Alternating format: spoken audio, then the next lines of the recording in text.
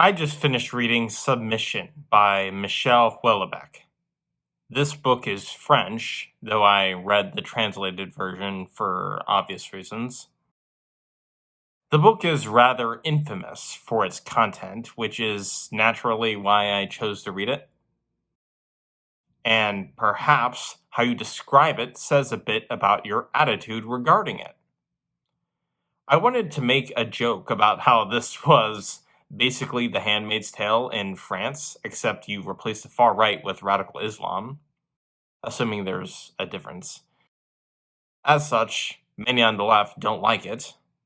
But while it does depict a near future where a Muslim Brotherhood group takes over France in coalition with the socialists, all because they could not bear to let a far right party win, the focus of the story is actually elsewhere. What is this book about? Well, as is often stated in right-wing circles, empires are not defeated, they commit suicide. This book is about France's suicide. It is about the West's suicide. The reader is placed within the head of a nihilistic academic in his 40s who seemingly has no purpose or direction left in his life. He has spent his life researching Georges Carl Huysmans, a French novelist, but he feels that his life is mostly over. When the major political shift happens in France, he is largely apathetic. He is in the world, he is affected, but he is reminiscent of Camus' Marceau in how the world seems to move around him. One side of him is apathetic, the other side is searching. But what we see in him is a complete intellectual and moral void. We see this in all the people around him. People who are more engaged essentially cheer on this Islamic takeover, praising all the benefits that will come as a result, all without a hint of irony. Houellebecq doesn't really portray Islam as a villain, so much as an other, that France does not have the intellectual and moral fortitude to stand up against. The implication is that none of the West does.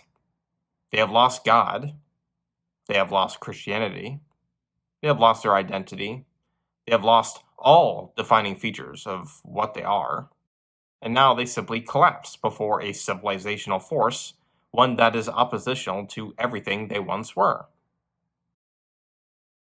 Submission. This book is about Islam as a civilizational force, submitting France and much of the West to its will, and forming a new empire. And France lets it happen, because the people who live there believe in nothing and have nothing to stand for. The book is both hilarious for its exaggerated nature and horrifying for its kernels of truth. I think the strongest truth is the fawning emptiness of the Western elites. On the day of the book's release, it was being advertised on the magazine for Charlie Hebdo.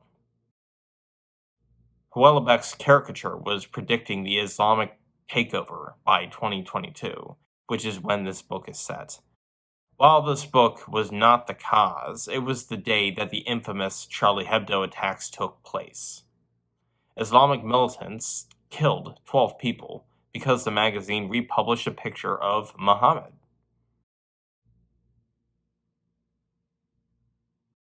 This wasn't so much a review, but a musing.